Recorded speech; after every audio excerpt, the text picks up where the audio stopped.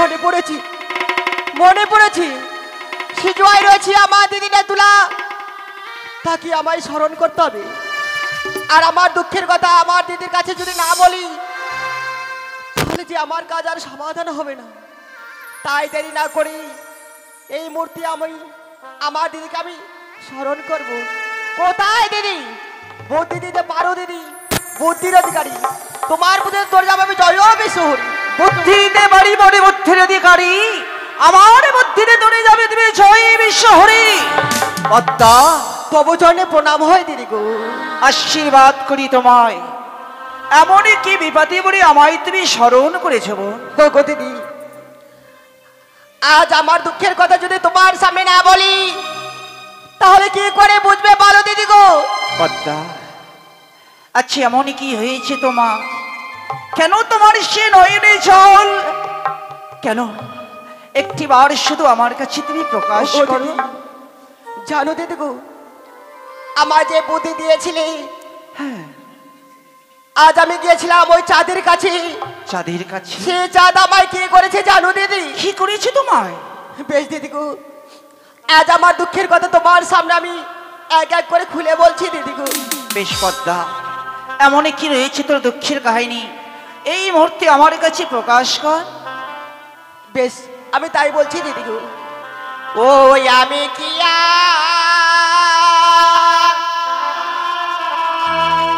রোবলি বগদিদি পদ্মা ওই আমার দুঃখের কাহিনী গো আরে ও আরে এমনই কি দুঃখের কাহিনী তো?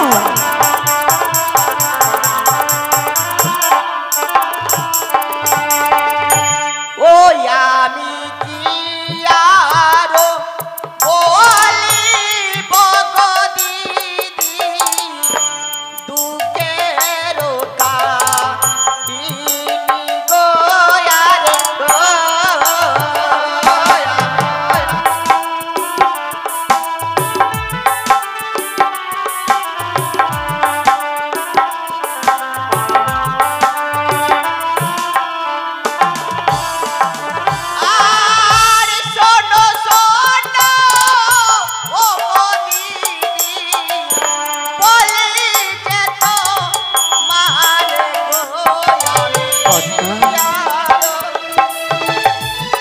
এমন কি হয়েছে তোমার?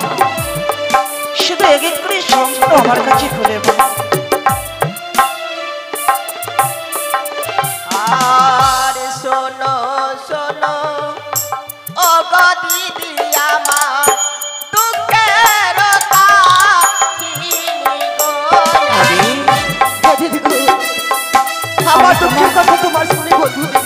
বেশ বলো তুমি, আমি তোমার সব দুঃখের কথা শ্রবণ করো।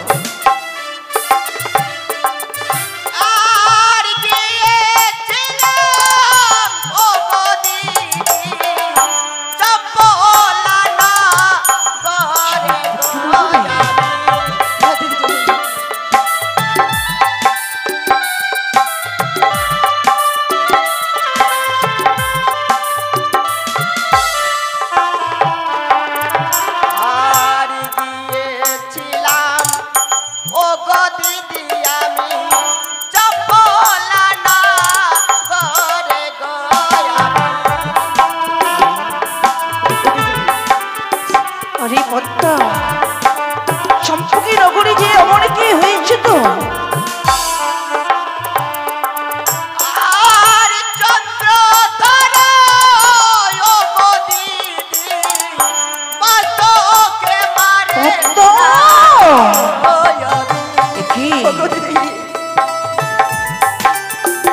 চম্পকি নগরীর চাঁদে তোমার মস্তকে পদাঘাত করেছে।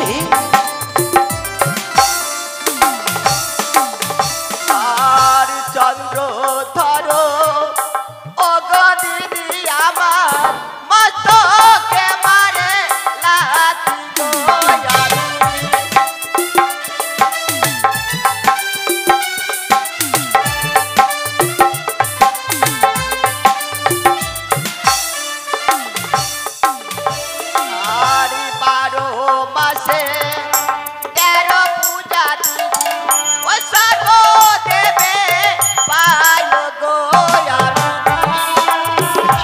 সন্তান।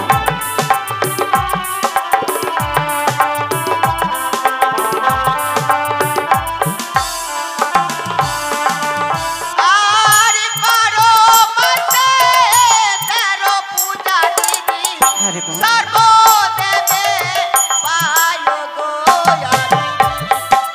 ওগো দিদি। পদ্মা, 12 মাসে 13 পুজো সকলে দেবতাই পায়, তাই তুমি কি বলতে চাও? আর আমি শিবেরও কন্যা হয়ে দিদি ও ছাড়ো খারে যাই গো আমি।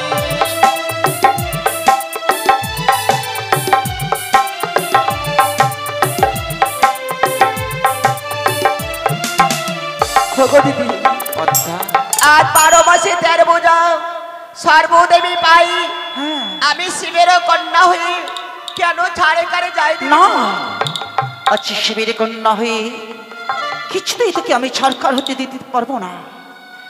আমি রয়েছি তোর সে দিদি নেতলা, দিদি আমার কাছে উপযুক্ত যুক্তি রয়েছে।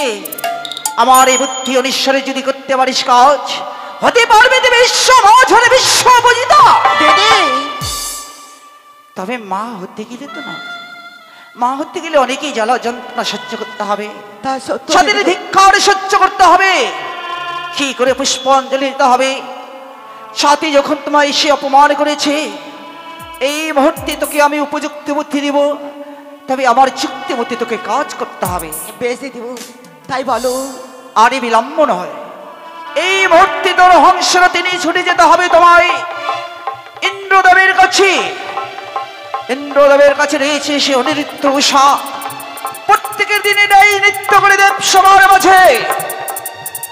এই মুহূর্তে দেবরাজ ইন্দ্র কাছে নৃত্যকে শ্রবণ করে যে করে হোক ছলে বলে কৌশলে অনিরুদ্ধ উষাকে আনতে হবে হরণ করে এই মধ্যের বুকে। যদি মধ্যের বুকে নিয়ে আসি মনক করে যদি জন্ম দিতে পারিস তাদেরকে, তাহলে হবে তোর কার্য সমাধান।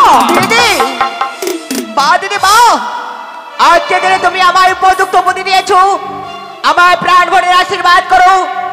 তোমার যুক্ত অনুসারে আমি ছুটে যাবো সে স্বর্গ সবাই ওই দেবরাজ দিদির কাছে। দিদি তাই হবে, তবু চন্ডী প্রণাম হয় দিদি। আশীর্বাদ করি তোমায়, যাও।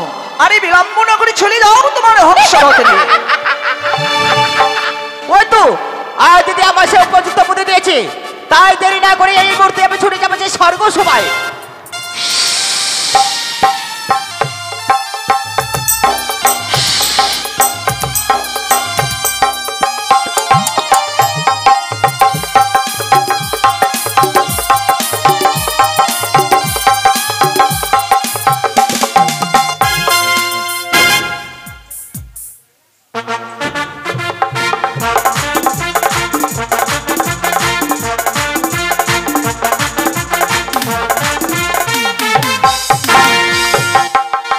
সচিবতী দেবরাজ ইন্দ্রদেব আমি স্বর্গের 33 কোটি দেবী দেবী প্রত্যেকে মিলিয়া মরে দিয়েছে স্বর্গ সবার ভার।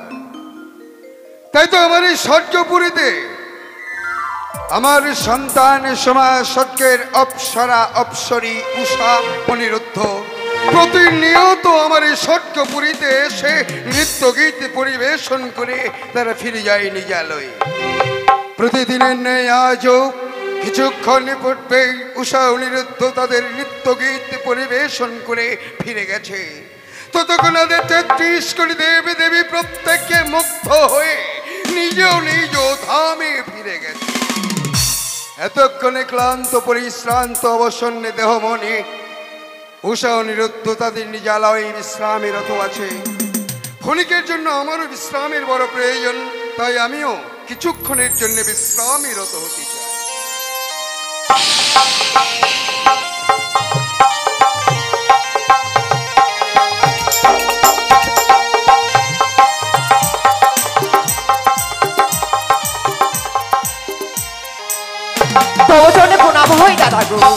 তবে কল্যাণ হোক ভগ্নী পদ্মাবতী। অকস্মাৎ কিবা হেতু মর্থ করিয়া পরিত্যাগ এসেছ মরি স্বর্গপুরীতে, জানিতে কি পারি? নিশ্চয় জানতে পারবে দাদা গো। ও গো দাদা, আজ এসেছি আমি তোমার কাছে মনে বড় আশা নেই, জানি না আমার মনের আশা পূর্ণ হবে কিনা। বলো ভগ্নী পদ্মাবতী, এমন কোন অভিপ্রায়ে তুমি এসেছো দেবরাজ ইন্দ্রদেবের দাদা গো, আমার দুঃখের কথা শুনতে গেলে আমার সঙ্গে যে 300 অঙ্গীকার করতে হবে, তাছাড়া যে আমার দুঃখের কথা তোমার সামনে আমি বলতে পারছি না দাদা গো। ভগ্নী এসেছে তার ভ্রাতার কাছে মনের বার্তা জানাবার জন্য, তার জন্য আবার সত্যে অঙ্গীকারী আবদ্ধের কি প্রয়োজন? বেশ, এসেছে যাবে মর্থ করিয়া পরিত্যাগ। আমি তোমার কথা মতোই, তোমার কথায় সম্মত। বলো আমায় কি বলতে হবে? বেশ বলো, 1 সত্য 2 সত্য সত্য 3 বার। 1 সত্য 2 সত্য সত্য 3 বার। ভগ্নী যা বলবি পালবো আমি 100 বার। ভগ্নী পদ্মাবতী যা বলিবে আমি পালিব 100 বার। দাদা গো, তুমি আমার সঙ্গে 300 অঙ্গীকার করেছো, তোমার কাছে এসেছি আমি বহু আশা নিয়ে। তোমার কাছে যে রয়েছে উৎসব নৃত্য, তাদের নৃত্য দেখবো এবং শ্রবণ করবো বলে তোমার কাছে আমি ছুটে এসেছি দাদা গো। ও আচ্ছা, উত্তম। তোমার অনুমান সত্য। আমার এই স্বর্গপুরীতে দেবরাজ ইন্দ্রদেবের সভায় উষা অনিরুদ্ধ নৃত্যগীত করে, কিন্তু প্রতিদিন নেই, আজও কিছুক্ষণ পূর্বে নৃত্যগীত পরিবেশন করে ফিরে গেছে নিজেলয়। দাদা, আজিকার এই নিশি তোমাকে যে যাপন করতে হবে ভগ্নী। না দাদা না, তাদের জন্য আমি অপেক্ষা থাকতে পারবো না, কেননা তুমি আমার সঙ্গে 300 অঙ্গীকার করেছো, ভগ্নী পদ্মাবতী, আর তাদের আমি নৃত্য দেখতে পারবো না। ভগ্নী। এই কখনো কোনোদিন হতে পারে না দাদা। এই তুমি কি বলছো? যার কারণে বুঝি ছলনার বিস্তার চাল পেতে তুমি আমাকে সত্য আবদ্ধ করে নিয়েছো। বেশ, আমি যখন তোমায় কথা দিয়েছি তুমি আমার এই স্বর্গপুরীতে কিছুক্ষণের জন্য বিশ্রাম করো, আমি ততক্ষণ দেবর্ষি নারদকে দিয়ে উষা অনিরুদ্ধকে আনায়ন করছি। বেশ, বল, দেবর্ষি নারদ, নারায়ণ নারায়ণ। এসো এসো দেবর্ষি নারদ, তোমাকে এই বিশেষ প্রয়োজন তাই করেছে স্মরণ। এসো। তাই তো দেবরাজ আমায় করেছে স্মরণ। যাই অবিলম্বে আমি দেবসভায় গিয়ে দেই দর্শন। তাই মধুমাখনে আমি গাইতে গাইতে ছুটে যাব দেবসভার মাঝে। ও গো কংসের কারাগারে মা দৈব কিরুদরে জনি মনিল ভগবান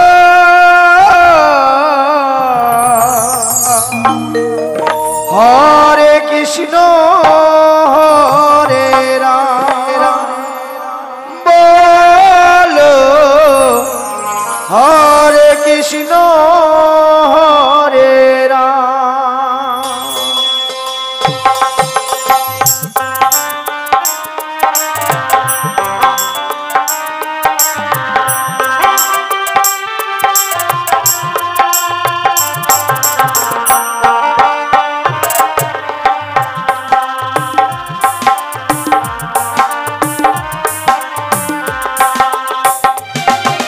কংসের কারাগারে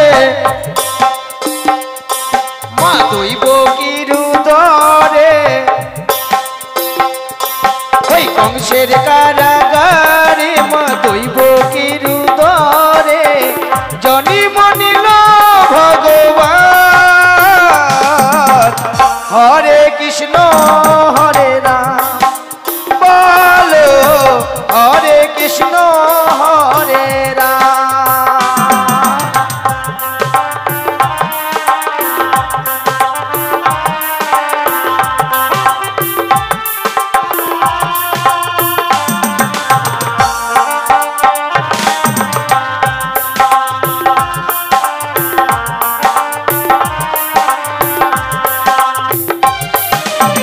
ভগবানের কি নীলা যুগের বোতা আপনি খুলিয়া যায় বন্ধ কারাগার।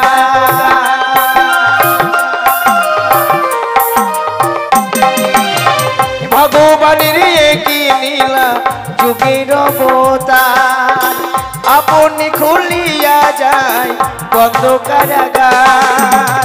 রোধ করিতে পারবে না কেউ, রোধ করিতে পারবে না কেউ বিধির বিধান হরে কৃষ্ণ হরে রাম বলো হরে কৃষ্ণ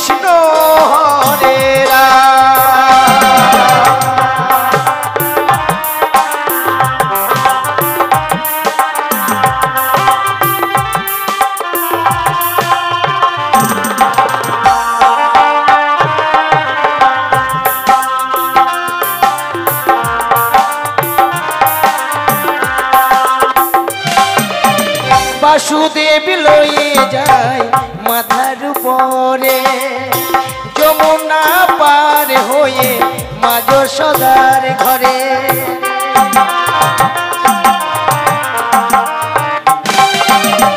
বাসুদেব লয়ে যায় মাথার উপরে, যমুনা পার হয়ে মা যশোদার ঘরে। দিনে দিন বড় হয়, দিনে দিন বড় হয় নব ঘনশ্যাম। হরে কৃষ্ণ হরে রাম, বলো হরে কৃষ্ণ হরে রাম।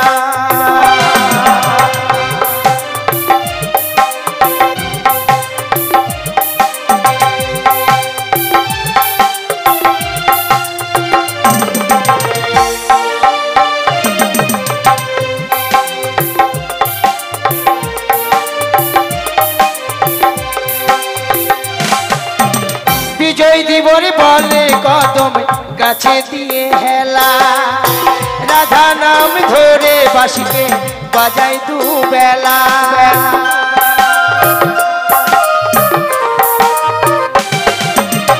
বিজয় দিবর বলে কদম গাছে দিয়ে হেলা, রাধা নাম ধরে বাঁশিকে বাজাই দুবেলা।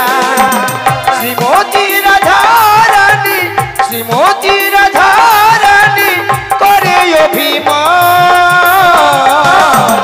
হরে কৃষ্ণ হরে রাম, বলো হরে কৃষ্ণ হরে রাম। কংসের কারাগারে মা দৈব গিরুদরে, ওই কংসের কারাগারে মা দৈব গিরুদরে জন্ম নিল ভগবান।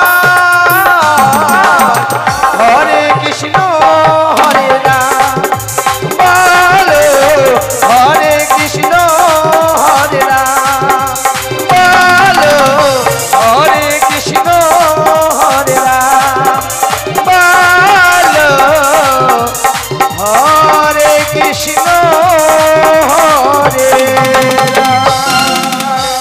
নারায়ণ নারায়ণ নারায়ণ, তব চরণে প্রণাম দেবরাজ। কল্যাণ হোক দেবঋষি নারদ। ওগো দেবরাজ, বলো। আজ এমন কি অভিপ্রায় দেবঋষি নারদের স্মরণ করেছে হেথায়? মোর ভগ্নী পদ্মাবতী মর্ত পরিত্যাগ করে স্বর্গে উষা ও নিরুদ্ধের নিত্য গীতি শ্রবণ দর্শন করবার জন্য এসেছে। তাই বুঝি? যার জন্য এই মুহূর্তে উষা ও নিরুদ্ধকে আনয়ন করবার জন্য তাদের গৃহে যেতে হবে। কিন্তু দেবরাজ, বলো। অনিরুদ্ধ সেই পূর্বে নিত্য গীত করে ফিরে গেলেন ওই যে আমি কুটিরে। জানি দেবঋষি নারদ ক্লান্ত পরিশ্রান্ত অবসন্ন দেহ মনে এতক্ষণে বিশ্রামে রত এই উষা অনিরুদ্ধ। তথাপি আজিকার এই দেব সভায় দ্বিতীয়বারের জন্য উষা অনিরুদ্ধকে আসতেই হবে। কিন্তু দেবরাজ, তারা যদি দেবসভায় আসতে নারাজ হয়? যদি নারাজ হয় তাহলে বলবে দেবরাজ ইন্দ্রদেব তোমাদের সত্য সভায় দ্বিতীয়বারের জন্য অনুরোধ করেছে। তাতেও যদি কথায় রাজি না হয় বলবে দেবরাজ ইন্দ্রদেব তাহলে তোমাদের অভিশাপ দেবে। বেশ, তাই হবে দেবরাজ, তাই হবে। নিত্যদিন দেবসভার মাঝে নিত্যগীত হয় একবার, আজ যখন হবে দ্বিতীয়বার, তাই তো বিলম্ব না করে ছড়িয়ে যাবো অবিলম্বে 33 কোটি দেবতার কুটির প্রাঙ্গণে। একে একে সকল দেবগণকে নিমন্ত্রণ করে অতঃপরে ছুটে যাবো আমি অনিরুদ্ধ সার কুটির প্রাঙ্গণে। কিন্তু দেবর্ষি নারদ বারবার স্মরণ করে দিই উষা অনিরুদ্ধকে দ্বিতীয়বারের জন্য মোর এই সত্য সভায় চাই চাই চাই। নারায়ণ নারায়ণ, যাই যাই যাই, এই মুহূর্তে 33 কোটি দেবগণকে নিমন্ত্রণ করে ছুটে যাবো আমি সেই অনিরুদ্ধ সার কুটির প্রাঙ্গণে। শুনুন শুনুন দেবগণ, শুনুন দিয়ামন, আমি নিজে কহিতেছি নারদ মুনি এখন। তাই তো দেবসভার মাঝে আজ হবে দ্বিতীয়বার নিত্যগীতের আয়োজন। আপনাদের প্রত্যেকে দেবগণের রইল নিমন্ত্রণ, আপনারা এসে প্রত্যেকে দেবসভার মাঝে দেবেন দর্শন। বিভূষণ হৃদয় তনস্বামী প্রাণরমণ হৃদিভূষণ হৃদয় রতন স্বামী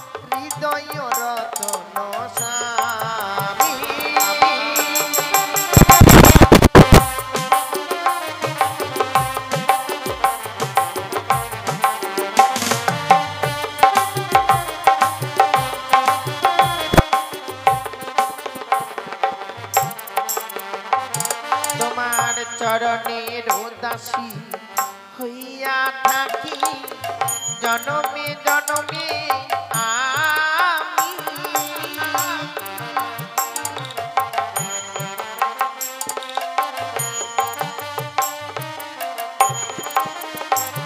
তোমার চরণের দাসী হইয়া থাকি জনমে জনমে আমি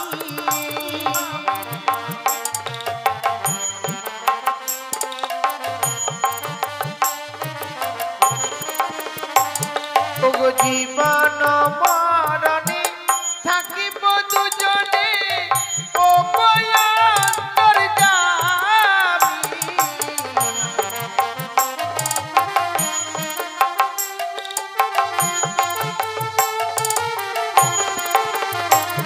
ওগো প্রাণ রমণ বিধিভূষণ হৃদয় রতন স্বামী প্রাণ রমণ বিধিভূষণ হৃদয় রতন স্বামী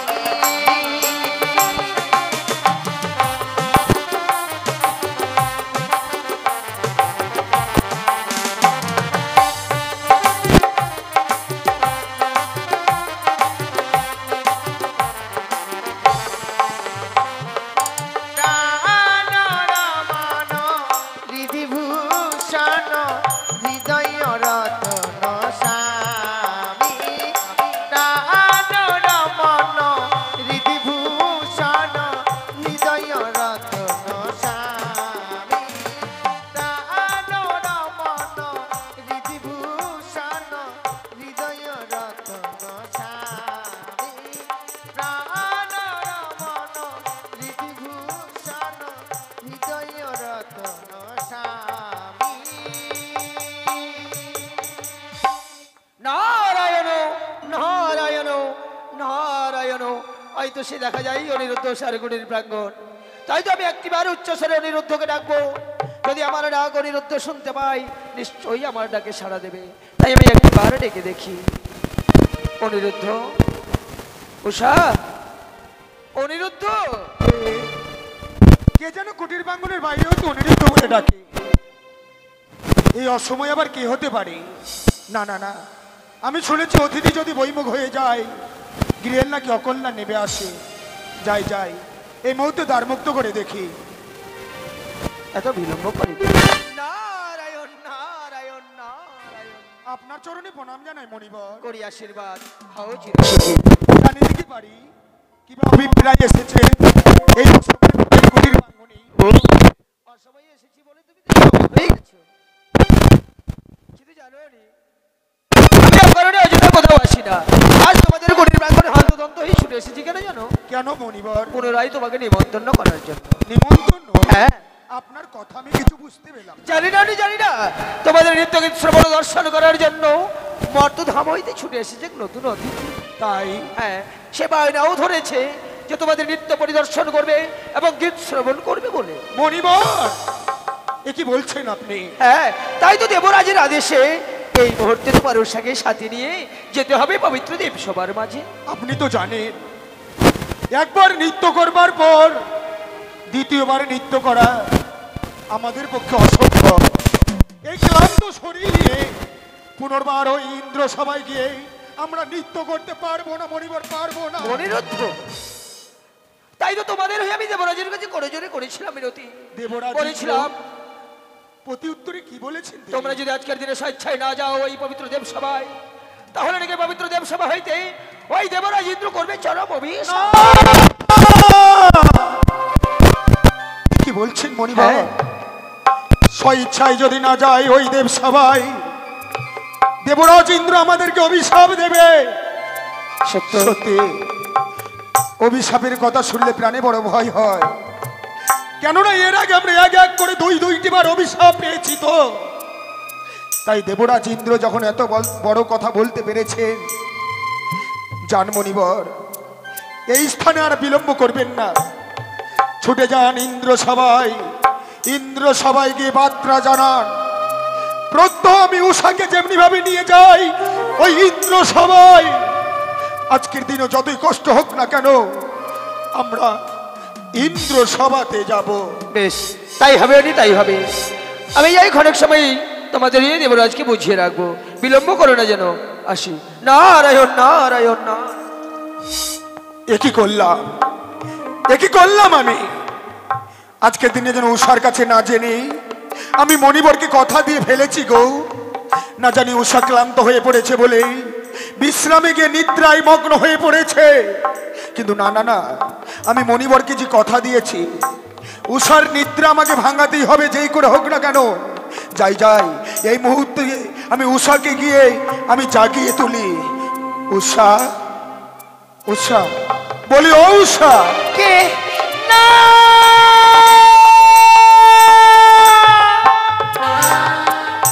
সে কি গো?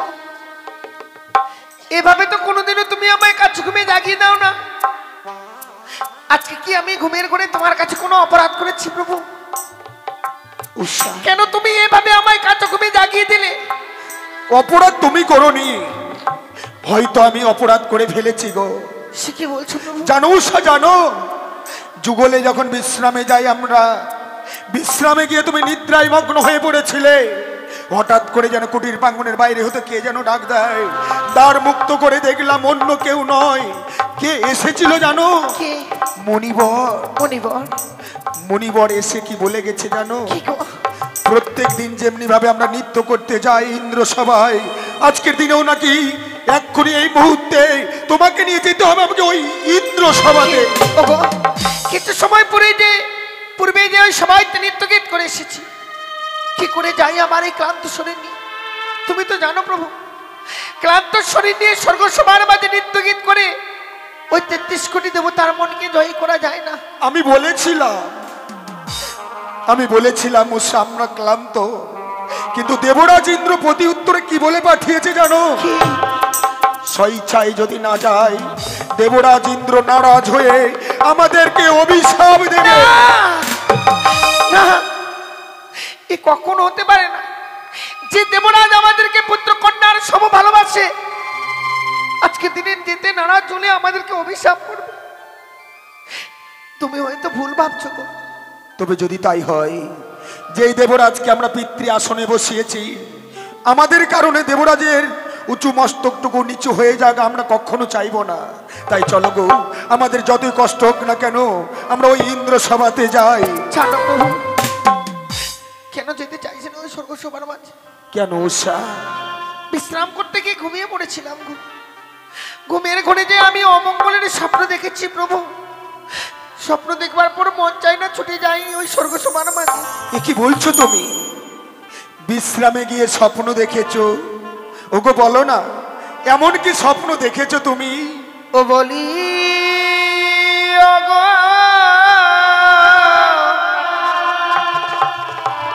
জানো না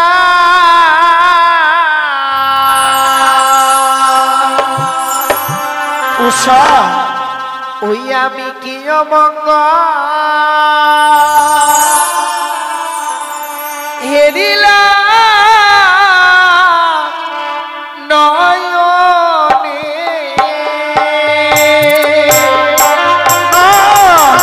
এ হতে পারে না। এ কি বলছো তুমি?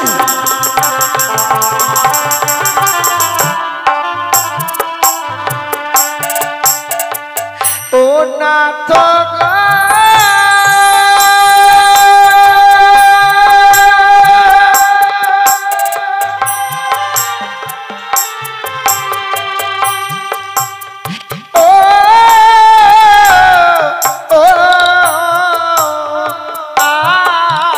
উষা, বামে চোখ নিত করে গো, প্রাণে লাগে মোর না, এ হতে পারে না।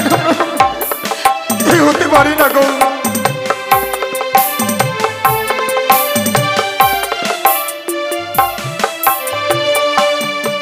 ওই যে শুকনো ডালে কাকা বসে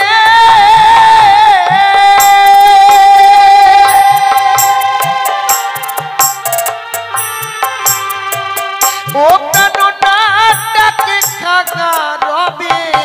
এ কি বলছো তুমি উষা? আমি সত্যি বলছি,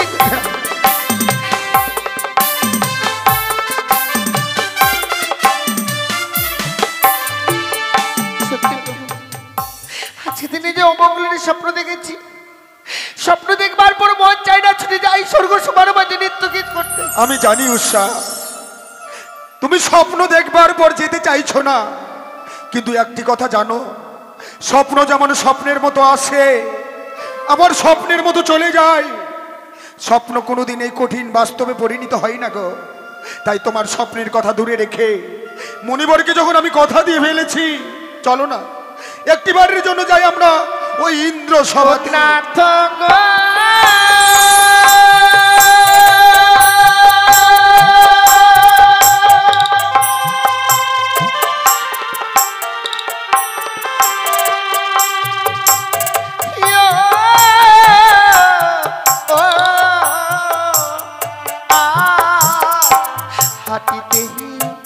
ছোট লাগে গো মাথায় থেকে মরচা।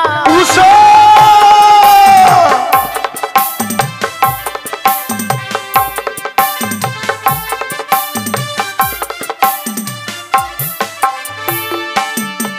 ও গো বামে দেশর পটলে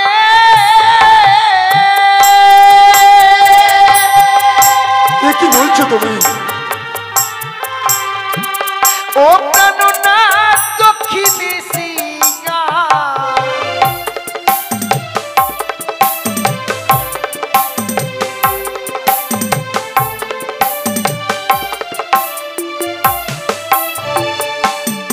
জানো প্রভু, আমি আর যেতে পারছি না ওই স্বর্গসভার। উষা, এই অমঙ্গলের স্বপ্ন দেখবার পর যদি ছুটে যাই স্বর্গসভার মাঝে, সেখানে গিয়ে যদি আমি তোমায় হারিয়ে ফেলি, না কি নিয়ে বেঁচে থাকবো বলতে পারো? না উষা না, আমাদের জীবন থেকে যেগুলো স্মৃতিগত হয়ে গেছে, সেই স্মৃতিগুলো তুমি আজকের দিনে মনে করো না গো।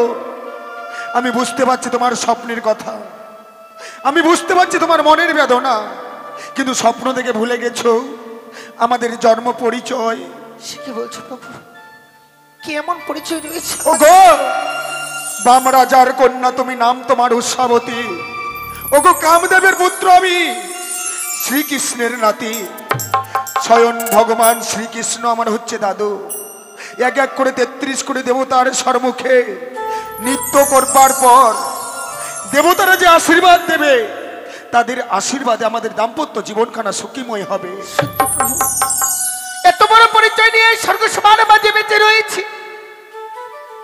অমঙ্গলের স্বপ্ন দেখবার পর সবকিছু বিস্মরণ হয়ে গেছিলাম। এবার তুমি আমার সঙ্গে যাবে বলো? জানতো তুমি যখন দেবঋষি নারদকে কথা দিয়েছো প্রত্যেকটা নারীর ধর্ম স্বামীর আদেশ পালন করা, আজকে দিনে তুমি আদেশ করছো, তোমার আদেশ অমান্য করে থাকতে পারি না। তবে যদি তাই হয়, মুছে ফেলো চোখের জল। এই মুহূর্তে আমরা হংসরথে চেপে যুগলে যাই আমরা ওই ইন্দ্র সভাতে।